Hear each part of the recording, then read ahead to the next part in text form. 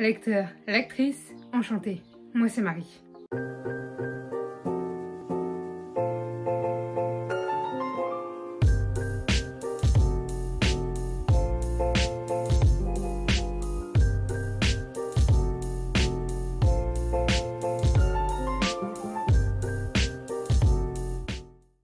Aujourd'hui, je suis très heureuse de vous retrouver pour vous parler de deux romans qui ont été tous deux d'excellents coups de cœur. Je vous parle tout d'abord de Six of Crow, le premier tome de Leigh Bardugo, aux éditions Milan, Si en la loi, une quête impossible. Alors pour le coup, en fait, je connais le nom des personnages, je connais en fait où mène l'histoire, mais faire un résumé moi-même, je ne saurais pas le faire du tout pour ce livre-là. C'est assez compliqué. Déjà dans le vlog, j'ai dû vous en faire un, voilà, je vous en ai même pas fait, je sais plus. Mais c'est très compliqué déjà que j'ai du mal d'habitude, alors là je vous raconte pas pour celui-là. Donc je vais vous lire en fait tout simplement ce qu'il y a derrière, parce que c'est pas vraiment un résumé, mais en gros ça nous présente les personnages et ça nous donne un avant-goût de l'histoire.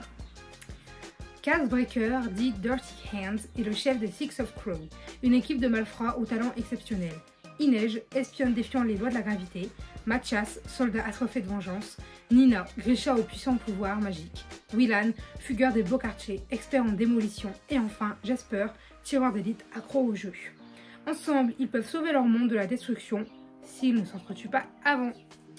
Voilà, donc en fait, on va suivre du coup ces 6 personnages qui vont être engagés pour une mission impossible puisqu'ils doivent s'infiltrer au palais de glace et en ressortir avec Boyoul Bayour. Donc c'est en gros un personnage très important puisque c'est l'inventeur tout simplement du Jurda Parem, donc une drogue qui comment dire, détruit les Grishas, entre guillemets, c'est-à-dire qu'ils deviennent des esclaves. Les Grishas, ce sont du coup des êtres au pouvoir. Plusieurs catégories, c'était présenté là au tout début. Hein, c'est là, vous voyez. Là, tu as une présentation sur les Grishas. Donc, tu as les Caporalki, les Eteralki et les Materialki. Et donc, chacun a des pouvoirs particuliers, etc. Ça, je vous laisserai le découvrir au fur et à mesure dans le livre. Alors, sincèrement, Six of Crow, en gros, du coup, oui, c'est ça que je suis en train de vous dire. Donc, en fait, ils sont engagés pour une quête, une mission, mais impossible aux yeux de tous. Puisque en fait personne n'a jamais réussi à s'introduire dans le palais de glace, ou du moins à en ressortir vivant, tout simplement. Par contre de ça. Et en fait du coup on va suivre ces six jeunes hors la loi qui vont se lancer dans cette quête, dans cette mission impossible, et on va tout simplement suivre leur aventure. Sauf que sincèrement, s'ils pouvaient s'entretuer, ils le feraient. Enfin je veux dire, t'as toujours un qui fait chier l'autre, entre guillemets, enfin je sais pas comment vous dire ça, mais t'en as toujours un qui est insupportable aux yeux de quelqu'un. Donc ça fait qu'il y a toujours un peu des embrouilles, entre guillemets, mais c'est pas, attention, c'est pas chiant dans le livre, c'est juste que du coup ça apporte, et bah je trouve que ça apporte de la profondeur au personnage. Voilà, dans une équipe, t'aimes pas forcément toujours tout le monde, mais vous verrez que au fur et à mesure, on apprendra à mieux connaître les personnages, etc. Donc en fait, voilà, ce sera tout simplement ça. Et alors, sincèrement, le point positif que je retire de ce livre, le tout premier, hormis que l'histoire en soi est exceptionnellement géniale, c'est tout simplement Casebreaker. Voilà, ce personnage, il est juste dingue. C'est-à-dire qu'il a un plan pour toutes les situations. Il y a un imprévu qui se passe, il dit, bah non, en fait, ça je l'avais prévu dans mon plan, du coup là on fait ça ne change pas. Et toi t'es en mode, mais sérieux, comment il fait Et sincèrement, j'ai été surpris bon nombre de fois par les personnages. C'est assez rare dans les livres que je devine pas la fin. Parce que je sais pas pourquoi, mais souvent je devine ce qui va se passer. Sincèrement, je ne saurais pas vous l'expliquer, mais voilà, il n'y a que quelques livres où ça me le fait pas. Et bah là, j'ai été surpris, mais vraiment genre en 2 pages, d'un seul coup, il me surprenait. Alors que vraiment, pour moi, c'était en mode bon, bah, ça va se passer comme ça, comme ça, comme ça et comme ça. Et l'autrice, elle a un de ses talents pour faire des retournements de situation, pardon, pour te faire des coups en douce, pour tout ça. Enfin, vraiment, j'ai été plongée dans le roman corps et âme. Alors, petite précision sur ce roman, j'avais lu les 160 premières pages avant de vraiment lire le livre et j'avais jamais repris ma lecture depuis la dernière fois où tout simplement je l'ai lu et je l'ai terminé. Parce que tout simplement, ça fait plus d'1 an et demi qu'il était commencé ce livre et que je me suis dit, il faut absolument que je le lise. J'ai pas le choix, je dois le lire. Parce que j'avais adoré l'univers, sincèrement, l'univers qu'elle a créé, il est dingue. Les personnages, ils sont bourrés de caractère. Et en fait, J'adorais l'univers et pourtant j'arrivais pas à rester dans le livre tout simplement. Du coup, c'est vrai que j'avais posé ce livre pendant un certain temps et j'ai décidé de m'y remettre en fait après tout simplement avoir tiré des livres au sort sur Livre Addict. Il était tombé et il me faisait envie également avec un autre. Je vous ai fait voter sur Instagram lequel vous vouliez que je lise et vous aviez dit Six of Crow et sincèrement je vous en remercie parce que ça a été une super lecture. Voilà, je vais pas m'étaler plus. Les points faibles, sincèrement, à part que des fois, il y a eu quelques longueurs, mais sincèrement, c'était des longueurs nécessaires dans l'histoire. C'est-à-dire que, en fait, des fois, tu as le passé des personnages qui vont faire un petit peu surface par-ci par-là. D'ailleurs, ça m'a étonné, tu vois, je pensais pas qu'on en aurait là-dedans. Mais en fait, c'est un peu long des fois parce que ça t'apporte rien à l'histoire actuelle, si on pourrait dire ça. Voilà, en gros, ça apporte rien à leur quête, mais ça t'apporte de la connaissance sur les personnages. Donc sincèrement, j'ai adoré ces chapitres, mais des fois, effectivement, j'aurais préféré avoir un chapitre consacré à leur aventure plutôt qu'à ça. Mais c'était, on va dire, un mal pour un bien parce que c'était tout simplement nécessaire pour la suite, pour qu'on apprenne à mieux connaître les personnages. Notamment, celui pour qui ça arrive le plus, bah, c'est Kaz, hein, on va dire le personnage central de la bande. Même si, ah oui, un autre point positif, c'est que tu as des points de vue, enfin, tu as le point de vue de tout le monde en fait dans le livre, puisque c'est un livre, attendez, je vais vous montrer, où au début des chapitres, tu as le nom de la personne où tu as le point de vue. Par exemple, là, on avait le point de vue d'Inej dans ce chapitre-là. Là, bon, forcément, celui que je reprends, c'est encore Inej. Super. Pas de bol. Là, on a Kaz. Ensuite, on a Jesper. Bah, regardez, hop, il était là. Alors, Jesper. On a Willan. Willan, c'est très rare. On a Nina. Mathias. Il y en a, ils reviennent plus souvent. Du style Inej, Nina et Kaz. Et Jesper, un peu, ils sont un peu plus, je trouve, fréquents. Après, peut-être que c'est une impression. Alors, Willan, très sincèrement, j'en ai peut-être vu 2 ou 3. Alors, je suis pas sûre de réussir à vous en retrouver, très sincèrement. Après voilà, tu as des points de vue qui sont plus importants que d'autres. Tu le ressens hein, dans le livre, qu'il y a des personnages qui sont plus dominants. Mais chacun, très sincèrement, chacun a son rôle à jouer. Et s'il manque une personne dans toute l'équipe, elle tombe à l'eau. Voilà un peu ce que j'en retire. Et très sincèrement, Six of Crow, je peux que vous le recommander. Alors c'est un livre qui est très connu. Hein. On a tellement entendu parler que je pense que je suis pas la première que vous entendez en parler. Je sais pas si c'est français ce que je viens de dire. Mais très sincèrement, moi je vous le conseille de tout cœur. Si jamais vous hésitez, j'ai eu du mal, on va dire, sur les 200 premières pages. Parce que j'étais pas dans le bon mood pour le lire. Alors ça je vous l'ai dit, hein, c'est souvent que je vous le dis parce qu'en fait, bien souvent ces livres-là, ils ont été commencés à peu près à la même époque. Fin 2018, début 2019, et du coup tous ces livres-là, quand je les termine aujourd'hui, je vous dis pareil, je l'ai juste commencé pas dans un bon mood, et en le terminant, bah, j'étais tout simplement très surprise et très contente puisque j'ai juste adoré ma lecture.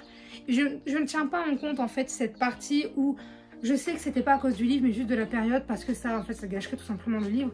Donc Six of Crow, oh j'ai eu du mal à le dire, Six of Crow est tout simplement un énorme coup de cœur parce que en soi je ressors de cette lecture avec des souvenirs en fait de lecture dinguissimes. Je veux dire, je me souviens encore de l'histoire mais tellement bien, par exemple les 160 premières pages que j'avais lues du coup il y a un an et quelques, et bah je m'en souvenais encore, très sincèrement. Voilà, j'avais relu en diagonale pour être sûre, mais je me souvenais parfaitement. Donc en soi c'est pas l'univers que j'aimais pas, mais juste pas le bon moment pour lire. Voilà ce que vous devez un peu en retirer. Et il n'y a très sincèrement aucun point négatif. J'en ai pas, voilà, à part les petites longueurs dont je vous parlais, je n'ai pas trouvé plus que ça. À part peut-être que ouais, l'histoire est longue à se mettre en place, mais en même temps il faut présenter l'univers, les personnages, il y a des personnages qui ont des spécificités, enfin bref, vous avez compris.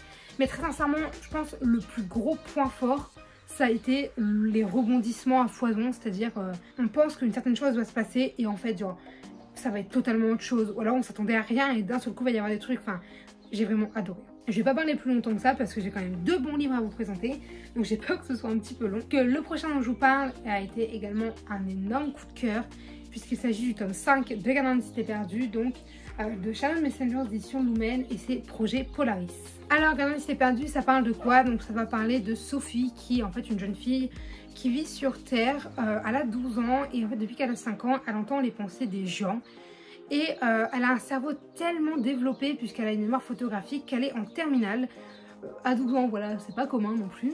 Et en fait, sa vie va totalement basculer le jour où, lors d'une sortie de classe au musée, un jeune garçon va venir la voir ce jeune garçon c'est Fitz et elle va lui dire que la Terre n'est pas son monde et que son monde à elle l'attend. Et voilà où va démarrer l'aventure. Et c'est notamment pour ça qu'elle entendrait les pensées des gens, parce que tout simplement elle n'est pas humaine. Voilà, alors très sincèrement le résumé ça ne donne pas forcément hyper envie, mais très sincèrement c'est juste dingue. C'est parce que je peux pas vous en dire trop parce que moi j'ai adoré être surprise en fait, et j'ai peur de vous gâcher cette surprise en vous disant des détails qui moi m'ont fait aimer l'univers. Du coup je préfère ne pas trop vous en dire, et écoutez, on y va tout de suite pour mon avis. Alors bah dans ce tome 5, vous avez bien compris qu'on suit c'est la suite directe des 4 premiers tomes. Et alors la fin du tome 4, et ça j'en suis certaine, ça finissait en cliffhanger. Enfin, j'en suis certaine. Il me semble, hein, normalement si je ne dis pas de bêtises. Ça finissait en cliffhanger et du coup le tome 5 a juste été une bénédiction, on va dire. C'était juste super cool que je l'ai parce que je n'aurais su tenir sans la suite tout simplement. Comment vous expliquer que Gamin s'était perdu depuis le tome 4 je crois. Ils finissent tous en cliffhanger et du coup j'ai toujours besoin de la suite. C'est d'ailleurs pour ça que le tome 8 attend dans ma palle, parce qu'il n'est toujours pas sorti, enfin il n'y a toujours pas la suite qui est sortie. Bref, ne partons pas là-dessus. Cet tome 5 ça a juste été un énorme coup de cœur. Voilà, il fait partie des meilleures lectures de cette saga. Ce tome 5 ça va être centré sur plusieurs personnages que j'aime beaucoup, et en fait dans chaque tome on va énormément en apprendre sur Sophie, sur ses amis, sur les méchants, sur ce qu'elle est, enfin vous avez compris, en gros on va en apprendre énormément sur la trame de l'histoire, la trame de la saga plutôt que de l'histoire. Et en fait dans ce tome 5 de souvenirs on en a tellement appris, et je sais pas pourquoi mais ça a été un de mes tomes préférés. Après, ça joue aussi, je pense, le fait que ce soit tourné sur mes personnages préférés. Vous voyez, genre, c'est vraiment ceux que j'aime le plus. Tome 5, sincèrement, je saurais pas comment vous l'expliquer. Le 2, je sais comment vous dire, enfin, je sais pourquoi j'aime autant. Mais le 5, j'ai juste super aimé. Voilà, je peux pas vous dire autrement, j'ai juste surkiffé ma lecture. Et en fait, il commence à être plus long, je crois, à partir du... Enfin, même le 4 était déjà un beau pavé.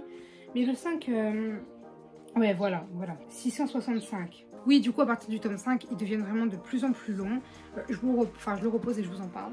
Déjà le 4, c'est vrai qu'ils étaient assez costauds, hein, sincèrement. Mais là, le 5, c'est une bonne brique, mais sincèrement, je dis tant mieux. Les Gardiens de la Cité Perdue, je les bouffe, mais littéralement, hein, je les mange pas, je les bouffe. Parce que j'aime tellement, c'est des univers doudous que j'adore. Et c'est d'ailleurs pour ça en fait que j'hésite à lire le tome 8. Je l'ai mis dans ma pile à lire de l'été, mais je vais peut-être changer avec un autre livre. Parce que l'année prochaine, je pars en petit appartement en fait, juste pour mes études tout simplement. Sauf que j'ai envie d'avoir des petites lectures doudou, vous savez, où je sais que ça va être des lectures que je vais aimer, où je vais pouvoir totalement rentrer dedans. Et les Gardiens de la Cité Perdue en font partie. Du coup, je voulais vraiment garder le tome 8 pour l'année prochaine. Et en même temps, je me dis, genre, c'est des lectures où l'été, c'est super agréable de les lire, quoi. Donc, je sais pas trop. Mais bref, on n'était pas là pour parler de ça. On était là pour vous parler, du coup, du tome 5. Et du coup, le tome 5, il finit en cliffhanger. Voilà, je vous l'ai dit, à partir du 4, il y a toujours un cliffhanger à la fin. D'ailleurs, pour ceux qui ne savent pas ce que c'est un cliffhanger, en gros, ça nous laisse sur une envie de dingue de lire la suite. En gros, ça vous laisse sur une révélation finale. Et toi, t'es en mode, oh non. Il te faut la suite, tout simplement. Après, si t'as pas aimé, bah, le cliffhanger, t'en mode, ouais, bon, j'ai pas envie de savoir, tu vois. Mais là, je sais que celui-ci, ouais, il m'avait quand même dit en mode, ah, oui, quand même. Sauf que, bah, je vous fais une petite amorce pour l'un des prochains lectures, donc le tome 6 de La Cité Perdue. Ça n'a pas été du tout mon sujet d'aventure préféré. Voilà. Ce sur quoi ça nous laisse, ça va être du coup un peu c'est logique, le début du tome 6. Et sincèrement, le début du tome 6, j'avais énormément ramé parce que l'intrigue ne me plaisait pas autant que les tomes précédents, tout simplement. Mais bref, il faut que j'arrête de parler des tomes d'après parce que ça fait déjà 20 minutes que je parle et vous allez juste en avoir ras-le-bol de moi. Donc écoutez, voilà, c'est tout pour mon avis. Le tome 5, voilà, du coup, un énorme coup de cœur, l'un des meilleurs de la saga, je trouve. J'ai pas grand chose d'autre à vous dire, voilà, parce que les points forts, bah, en fait, j'ai aucun point négatif à vous dire, tout simplement. Dans le 5, il n'y a pas encore trop de longueur, je trouve, mais certains m'ont trouvé. Moi, franchement, je sais pas où, parce que le 5, je l'ai vraiment lu en pareil 3-4 jours, je crois, il était lu, donc Je sais pas trop, mais bon. Voilà, j'espère que cette vidéo vous aura plu. Si jamais vous avez des avis, des conseils, des remarques ou des commentaires, n'hésitez pas à le faire dans l'espace commentaire puisqu'il est fait pour ça. Sur ce, je vous dis à très bientôt. Allez, bye mes lecteurs!